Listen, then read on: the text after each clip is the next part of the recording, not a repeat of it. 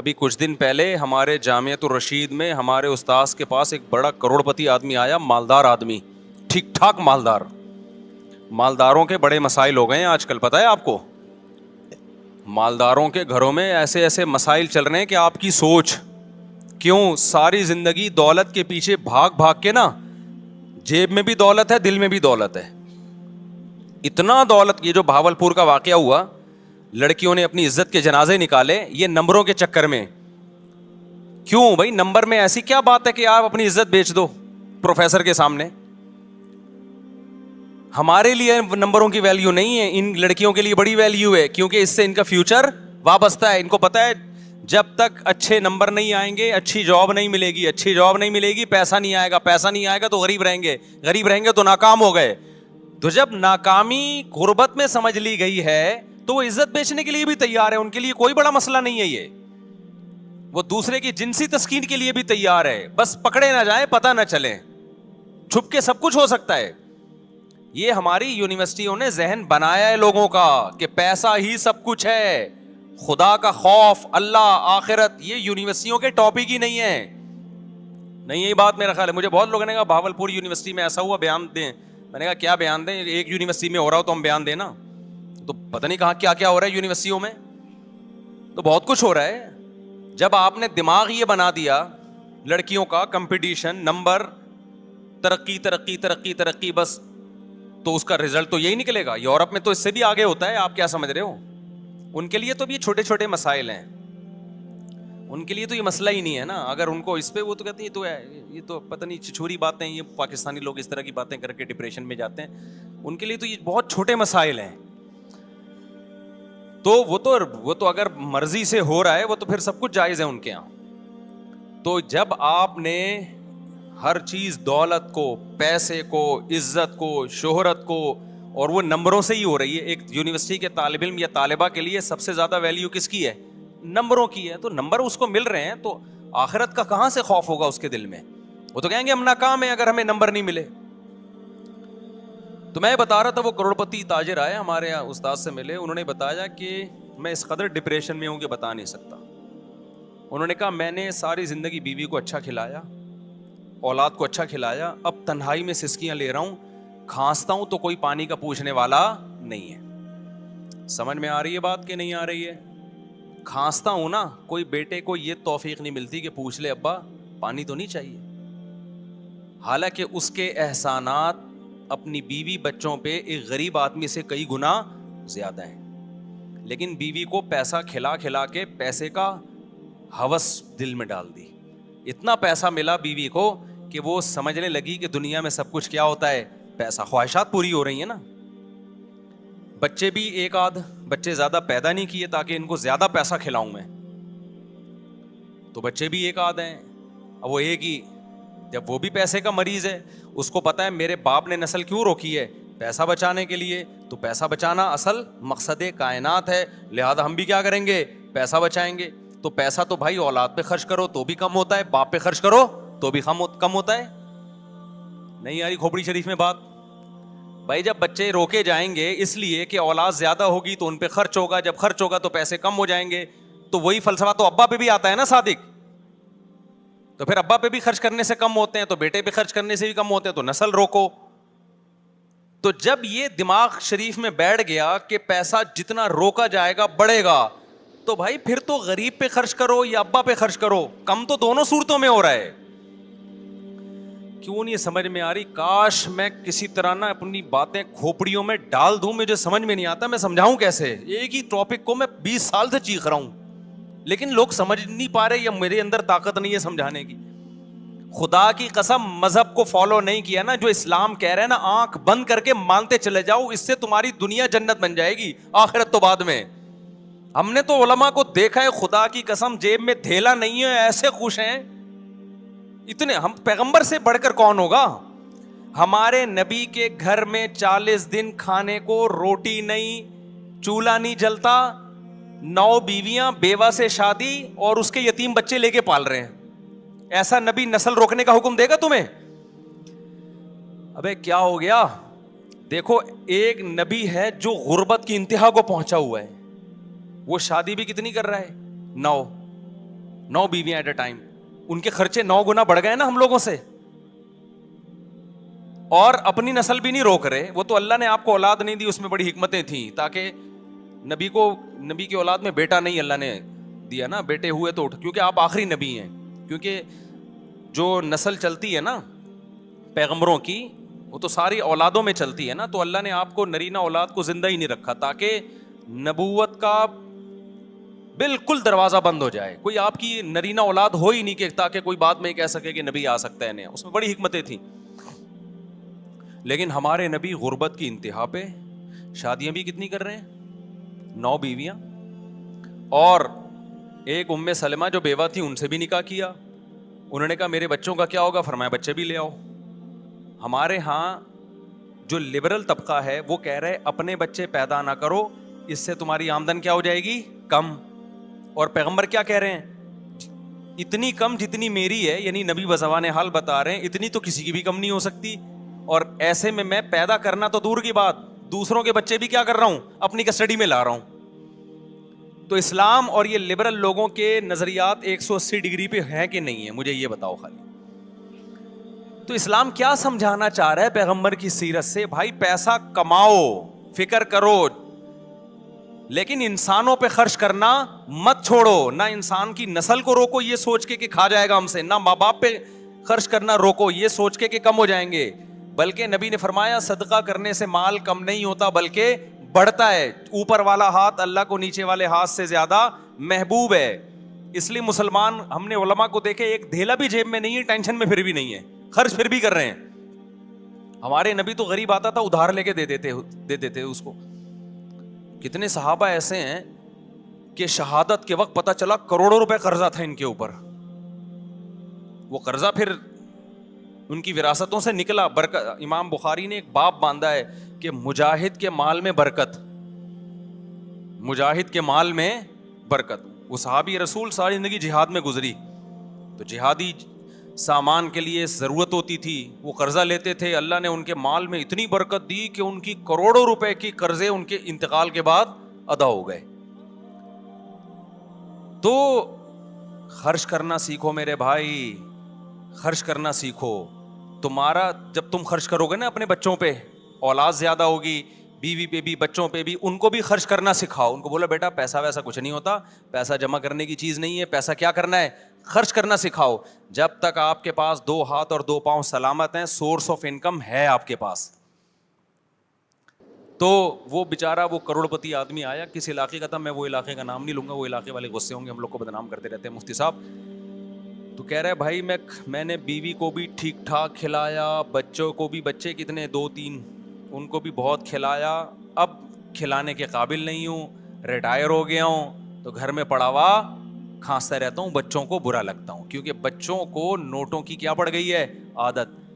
بچوں نے بڑی عیاشی کی ہے, بڑی گاڑیوں میں, 2-3 بچے گاڑیوں میں گھومتے رہے ہیں, اب وہ ٹینشن لے نہیں سکتے. بیگم کی بھی ہر خواہش پوری ہو گئی, اب وہ ٹینشن لیس ہو گئی, یعنی ٹینشن برداشت کرنے کی طاقت اس میں ختم. اب جب ٹینشن برداشت کرنے کی طاقت ختم ہے تو بوڑھے شوہر کو برداشت کرنا, اس کی کھانسی کو برداشت کرنا, اس کی خدمت کرنا, یہ سب چیزیں ان لوگوں کے لیے بڑی مشکل ہوتی ہیں. دیکھو دولت مند لوگ یا جو بے دین لوگ ہیں, ان کی جوانی کو دیکھ کر کبھی بھی دھوکے میں نہ آیا کرو. یہ تھوڑے دن کا ان کے مزے ہوتے ہیں, اس کے بعد جب ان کی عمر بڑھنے لگتی ہے, ان میں آپس میں ریلیشن نام کی کوئی چیز نہیں ہوتی, ان میں ریلیشن بالکل نہیں ہوتا, ہوس ہوتی ہے بس, ہوس. تو اور ہم نے غریبوں میں دیکھے ہیں 10-10 سال ہو گئے باپ کو کومے میں گیا ہوا ہے, بیٹا باپ کی چارپائی نہیں چھوڑتا کہ ابا کو کس وقت کس چیز کی ضرورت پڑ جائے گی. کہیں جاتا ہے تو دوسرے بندے کو کھڑا کر کے جاتا ہے. یہ جو یورپ میں معذوروں کی اتنی خدمت ہوتی ہے نا, گورنمنٹ پیسے دے رہی ہوتی ہے, ہر معذور کو 2 بندے دیے ہوئے ہوتے ہیں. ہم بڑی تعریف کرتے ہیں کتنی اچھی سوسائٹی ہے یار, وہاں ہر معذور کو 12-12 گھنٹے کی ڈیوٹی سے گورنمنٹ بندہ دیتی ہے. گورنمنٹ اگر وہاں لوگوں کو بندے نہ دے تو معذور روڈ پہ پڑے ہوئے ہیں وہاں پہ. سگا بھائی بھی اپنے لنگڑے بھائی کو گھر میں رکھنے کے لیے تیار نہ ہو. گورے کے پاس ٹائم نہیں ہے اپنے باپ کو اپنے گھر میں رکھے, وہ اپنے بھائی کو کہاں سے رکھے گا؟ بھائی میں سمجھا پا رہا ہوں اپنی بات. لوگ بڑی تعریف کرتے ہیں نا ایکچولی وہ ملکوں میں کتنی آرگنائزڈ کنٹری ہیں, مجھے سامنے کے بہت پھینک رہے ہوتے ہیں, میں کبھی بھی متاثر نہیں ہوتا, اللہ کا بڑا فضل ہے. میں کہتا ہوں ہم لوگ لنگڑے لولے ان سے زیادہ اچھے ہیں. یہاں معذور بھائی ہوتا ہے, دوسرا بھائی اس کے لیے بھیک مانگ رہا ہوتا ہے بیچارہ, ساری زندگی اس کے لیے رو رہا ہوتا ہے. انسانیت یہاں ملے گی آپ کو, وہاں نہیں ہے. وہاں انسانیت کے باتیں ہیں, دعوے ہیں, تھوڑی بہت مل جائے گی تھینک یو وینک یو, بس اس سے زیادہ نہیں ہے. یہ بچہ آیا کہاں سے آیا, مجھے تو لگ رہا ہے مریخ سے آیا, دیکھو باہر سے آیا. تو انسانیت جتنی یہاں ہے وہاں نہیں ہے.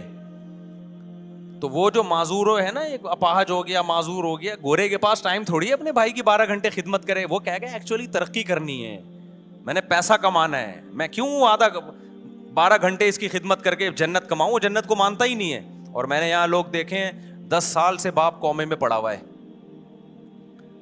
بیٹا خدمت میں لگا رہتا ہے, کہیں باہر جاتا ہے دوسرا بھائی, وہ جاتا ہے تیسرا بھائی, چھوڑتے نہیں اپنے باپ کو. کافروں کا تو کوئی بھروسہ نہیں ہے, چپکے سے موت کا ٹیکا لگا دیں کہ یار یہ ٹینشن. میں نے ایسے بڑے واقعات سنے ہیں.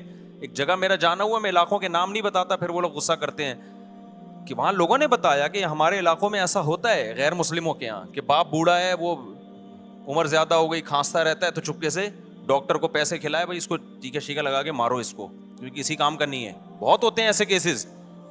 اماں بوڑھی ہو گئی, کسی کام کی نہیں ہے, بھائی ٹیکا شیکا لگا کے اس کو چلتا کرو آگے, بستر پہ پڑی بھی اور کوئی کام تو ہے نہیں. کیونکہ جب ان کے یہاں ترقی سب کچھ ہے تو پھر یہ تو سب بوجھ لگیں گے نا سوسائٹی کو. یہ تو گورنمنٹ نے کچھ قوانین سازی کی ہوئی ہے, ورنہ بڈھوں کا کوئی حال نہیں تھا وہاں پہ. دیکھو ضرورت ایجاد کی ماں ہے, یہ سنا ہے نا. وہاں یہ ضرورت تھی کہ بوڑھوں کے لیے اولڈ ہاؤس بنے, معذوروں کے لیے قانون سازی ہو. ضرورت کیوں تھی؟ وہ اپنے سگے بھائیوں بہنوں کو گھر میں رکھنے کے لیے تیار نہیں ہے. اتنا تو کر لیں گے, بوڑھے کو روڈ پار کرا دیا. یہ ہمیں نظر آتا ہے ان ملکوں میں کہ نابینا ہے تو کسی نے روڈ پار کرا دیا, بس 2-4 حد تک. اس سے آگے اتنی ٹینشن نہیں لے گا کہ گھر میں ماں نابینا ہے تو اس کی بیٹھ کے خدمت کر رہی ہے اولاد, باپ نابینا ہے تو اس کی بیٹھ کے. ہمارے یہاں تو 5 ٹائم وضو کرا رہے ہیں مریضوں کو, غسل کرا رہے ہیں, ان کے پیمپر چینج کر رہے ہیں, ان کو نمازیں پڑھوا رہے ہیں, مسئلے پوچھ رہے ہوتے ہیں ہم سے, پھر بھی رو رہے ہوتے ہیں کہ خدمت نہیں ہو سکی ہم سے. مالداروں کے یہ مسائل ہیں, وہ ٹینشن میں زیادہ ہیں, وہ زیادہ ٹینشن میں ہیں. میں ہر طبقے سے ملتا ہوں اور ہر طبقے کے ساتھ رہا ہوں, میں صرف 2-2 منٹ کی ملاقاتیں نہیں ہوتی, میں پتہ نہیں کہاں کہاں جاتا ہوں, میں آپ کو کیا پتا. ہر جگہ میرے سلام دعائیں تعلقات ہیں, غریب سے غریب آدمی, امیر سے امیر آدمی بھی. مجھے جتنا سوسائٹیوں کو کمپیئر کرنے کا موقع اللہ نے دنیا میں دیا ہے شاید آپ کو نہیں دیا ہو. اور میں بچپن سے, مجھے آبزرو کرنے کی میرے اندر حص ہے, جج کرنے کی بچپن سے حص ہے. میں ہمیشہ بچپن سے ہی دیکھتا رہتا ہوں سوسائٹی کو, یہ ہو کیا رہا ہے. اس کو آپ کچھ بھی کہہ سکتے ہیں, کہ یہ بیماری کہہ سکتے ہیں, یہ کچھ بھی کہہ سکتی ہے مجھے بچپن سے, کہ جب بھی آتا ہوں نا دیکھتا ہوں یہ کیا ہے. میں گھروں میں گیا, ان کے بڈھا باپ پڑا ہوا ہے, کما کما کے کھلا دیا, اب جب بڈھا ہو گیا تو نہ بچے اس کو پوچھ رہے ہیں. ایسے میں نے خود اپنی زندگی میں ابا دیکھے ہیں, نہ بیگم پوچھ رہی ہے, نہ بچے پوچھ رہے ہیں. رو رہا ہے میرے سامنے آنسوؤں سے, کہہ رہا ہے یہ گھر میں نے ان کو بنا کے دیا, باہر ملک جا کے پیسہ بھیجتا رہا, یہ کھاتے رہے, بڈھا ہو کے جب ریٹائر ہو کے آیا ہوں اب میں کسی کام کا نہیں ہوں. اب میں کوئی آرڈر دیتا ہوں نا, تھوڑی اونچی آواز میں بات کر لوں تو ان کے ماتھے پہ لکیریں آ جاتی ہیں, ان کے ماتھے پہ لکیریں آ جاتی ہیں کہ ہم سے بات کیوں تمیز سے نہیں کر رہے والد صاحب. سمجھ رہے ہو کہ نہیں سمجھ رہے؟ میں نے ایسے سیٹ دیکھے, کروڑوں کے پروجیکٹ چل رہے ہیں, میٹنگ سے اٹھ کے آئے کہ یہ پروجیکٹ, ان کے گارڈ اتنے آگے پیچھے.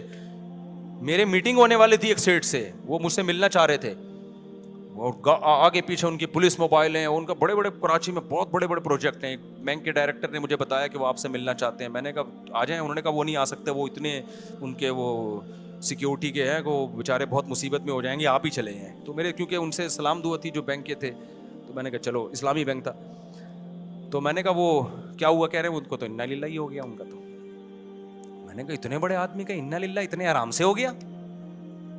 انہوں نے کہا یار وہ کچھ بھی نہیں, وہ تو اتنا پروجیکٹ ان کے کروڑوں کروڑوں کے چل رہے تھے, وہ ایک دن بیٹھے بیٹھے ہارٹ اٹیک ہوا, اسی وقت لیٹ گئے. میں نے کہا یہ تو بالکل مجھے بالکل سمجھ میں پسند, یہ طریقہ, یہ فرشتوں کا یہ والا اسٹائل مجھے بالکل بھی پسند.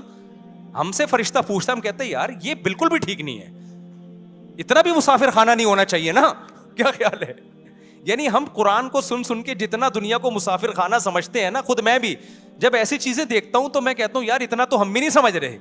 اس سے پتہ چلتا ہے جتنا ہم سمجھ رہے ہیں اس سے زیادہ سمجھنے کی ضرورت ہے. 2 منٹ لگتے ہیں. تو اتنا بڑا سیٹ, انہوں نے مجھے بینک کے وہ ڈائریکٹر صاحب نے کہا کہ بھائی وہ تو اٹیک. میں نے کہا کیسے, عمر بھی زیادہ نہیں تھی. میں نے کہا کیسے مر گئے؟ کہہ رہے پتہ نہیں, ہمیں خود حیران ہے, وہ اٹھا کر کے ایک دم دل میں پین ہوا ہے. حالانکہ اتنے بڑے مالدار لوگ تو ہر وقت ہارٹ اسپیشلسٹ سے ان کے تعلقات ہوتے ہیں, ان کا کولیسٹرول لپڈ پروفائل کے پورے ٹیسٹ رہتے ہیں ان لوگوں کے, شوگر اور سب. ہم لوگوں کی طرح تھوڑی ہوتے ہیں کہ 2 پراٹھے 3 انڈے پھوڑ کے جب بالکل مرنے لگے تو پھر ٹیسٹ کراتے ہیں جا کے, یار یہ چکر کیا چل رہا ہے. غریب آدمی تو یہی کرے گا نا, ان کے لحاظ سے تو ہم غریب ہی ہیں, پھر بھی نہیں مرتے. یہاں ہماری کمیٹی کے پرانے صدر ہیں طارق بھائی, نام لینے میں کوئی حرج نہیں ہے. میں 2006 میں آیا تھا, وہ بیچارے نا 2006 میں نے دیکھا بہت بیمار, نماز پڑھ رہے ہیں تو ایسے کانپ رہے ہیں, بس ایسا لگتا تھا یہ ان کا آخری مہینہ ہے. اچھا اللہ نے ان کو توفیق دی ہے, دنیا کی محبت ان کے دل میں نہیں ہے, دیندار آدمی ہے نا, وہ دنیا کو لات ماری ہوئی ہے انہوں نے, اللہ میں لگے رہتے ہیں, پیسے آتے ہیں ان کے پاس, لیکن میں نے ان میں ایک چیز دیکھی جو میں نے دیکھا, دنیا کی ٹینشن نہیں ہے, نماز میں بہت دل لگتا ہے ماشاء اللہ, اللہ ان کو اور عمر میں برکت دے. ہر وقت لگتا تھا ابھی دنیا سے چلے جائیں گے یہ, 2023 ہو گیا, زندہ ہے وہ, 2023 ہو گیا, ہانپتے کانپتے نا. اچھا میں کئی بار سوچا میں ان کی عیادت کے لیے جاؤں, کیونکہ مجھے ڈر لگا بھی نہیں گیا تو اگلے ہفتے سے پہلے ان کا انتقال نہ ہو جائے. جب میں نے 10-15 سال دیکھا نا یہ بندہ کا انتقال نہیں ہونے والا, میں نے کہا بھائی مجھے لگتا ہے کہ سب کو مار کے جاؤ گے آپ. اور اتنے صحت مند لوگ جو ان کو ترس کھاتے تھے, بھائی وصیت لکھ لیں آپ کا کچھ پتہ نہیں ہے, وہ مشورے دینے والے چلے گئے. ان کے جنازے پڑھے انہوں نے آ کے, ان کے جنازے ابھی کچھ دن پہلے پھر گر گئے تھے, اور ڈاکٹر منع کر رہے ہیں روزہ نہ رکھو, سارے روزے بھی رکھیں, لیکن پھر بھی ڈاکٹروں کی مانے, ایسا نہ ہو آپ کو اس طرح کے توکل شروع کر دیں. وہ روزے بھی چل رہے ہیں. ایک دن تو رمضان میں گر گئے, ہم نے زبردستی پانی پلایا زندہ کرنے کے لیے. ہم نے کہا یہ بندہ گیا بھائی, وہ جی جب گرمیوں کا روزہ تھا, پہلا روزہ میں کتنے لوگ مر گئے تھے, اس میں ان کا بھی پورا چانس ہو گیا تھا, کیونکہ بہت طاقتور لوگ اس پہلے روزے میں گئے ہیں. آپ کو پتہ ہے ایدھی سینٹر میں وہ جنازوں کے لیے چارپائیاں کم پڑ گئی تھی, جگہ کم پڑ گئی تھی. کراچی میں بہت پہلا روزہ تھا, چند سال پہلے کی بات ہے, ہیٹ اسٹروک کی وجہ سے بہت لوگ مرے تھے اس میں, تو اس میں وہ بھی گر گئے تھے. وہاں تک نہیں جایا جا رہا تھا, گر گئے, پھر پانی وانی ڈالا, ہم نے زبردستی روزہ توڑوایا ان سے, پھر بیٹھ گئے الحمدللہ. پھر اگلے دن پھر روزہ. ابے میں نے کہا بھائی کیا کر رہے یار تو صحیح ہے, الحمدللہ چل رہے ہیں. تو وہ اتنا بڑا سیٹ جو ان کی ہمارے سے میٹنگ ہونے والی تھی, میں نے پوچھا جی کیا ہوا, کہہ رہے ہیں وہ بیٹھے بیٹھے لیٹ, حالانکہ ان کے لپڈ پروفائل اور ہارٹ. ایک دفعہ ہانگ کانگ سے ہمارے ریلیٹیو کا فون آیا کہ مفتی صاحب یہاں ایک پاکستانی ہے, اس کی عمر 40 سال ہے اور فضائی کمپنی میں اس کے اتنے شیئرز ہیں, ارب پتی آدمی ہے وہ. مفتی صاحب پاکستانی, اسٹرگل ہے. اسٹرگل کیا ہے, محنت ہے یار. دیکھو اس نے 40 سال میں یہاں ہانگ کانگ کی نیشنلٹی بھی مل گئی, اور کسی جہازوں کی کمپنی میں اس کے شیئر سب سے زیادہ ہیں. اتنا پیسہ ہے مفتی صاحب, اتنا پیسہ ہے آپ سوچ نہیں سکتے. ہمارے ہانگ کانگ میں ایک دوست ہے, مجھے سمجھا رہے تھے. میں نے کہا اچھا ہوگا بھائی. تو ایک دن ان کا فون آیا کہ حضرت وہ اس کا تو انا للہ ہو گیا بندے کا, 40 سال کی عمر میں کیا ہو گیا. میں نے کہا کیسے ہو گیا بھائی, وہ تو اتنا مالدار. انہوں نے کہا وہ ایئرپورٹ پہ کھڑا ہوا تھا بریف کیس لے کے, فلائٹ کے انتظار میں, کھڑے کھڑے ہارٹ اٹیک ہوا, ایسا لیٹے کہ ہانگ کانگ کی پولیس بھی ان کو نہیں اٹھا سکی. تو آپ کیا سمجھ رہے ہو, جو ارب پتی آدمی ہے, کیا اس کے پاس میڈیکل رپورٹیں نہیں ہوں گی؟ تو وہ 40 سال میں ہانگ کانگ کا کروڑ پتی پاکستانی جہاز کے انتظار میں, ہو سکتا ہے اس کی اپنی کوئی ایئر لائن ہو, کھڑا ہوا ہے کھڑے کھڑے ٹیں, ٹھیک. تو وہاں یہ آیتیں اللہ کی ساتھ, فلا صدق ولا صلی, اللہ کہتے ہیں صدقے کر دیتا, مدرسے بنا دیتا, یتیم خانے بنا دیتا, صدقہ جاریہ بنا دیتا, دنیا کو مسافر خانہ سمجھتا, اور حی علی الصلاۃ. کتنا تھوڑا سا اللہ کا مطالبہ ہے, اللہ کو بہت زیادہ تھوڑی مطالبہ کرتے ہیں, لیکن فکر ہی نہیں کرتے. تو اللہ بھائی ہم سب کو وَإِنَّهُ لَحَسْرَةٌ عَلَى الْكَافِرِينَ والی آیت کو سمجھنے کی توفیق عطا فرمائے, کہ دنیا میں سمجھ میں نہیں آ رہا, آخرت میں یہ حسرت کا ذریعہ بنے گی. اللہ ہمیں موت سے پہلے عقل عطا فرمائے, اور دنیا کو مسافر خانہ سمجھنے کی توفیق عطا فرمائے.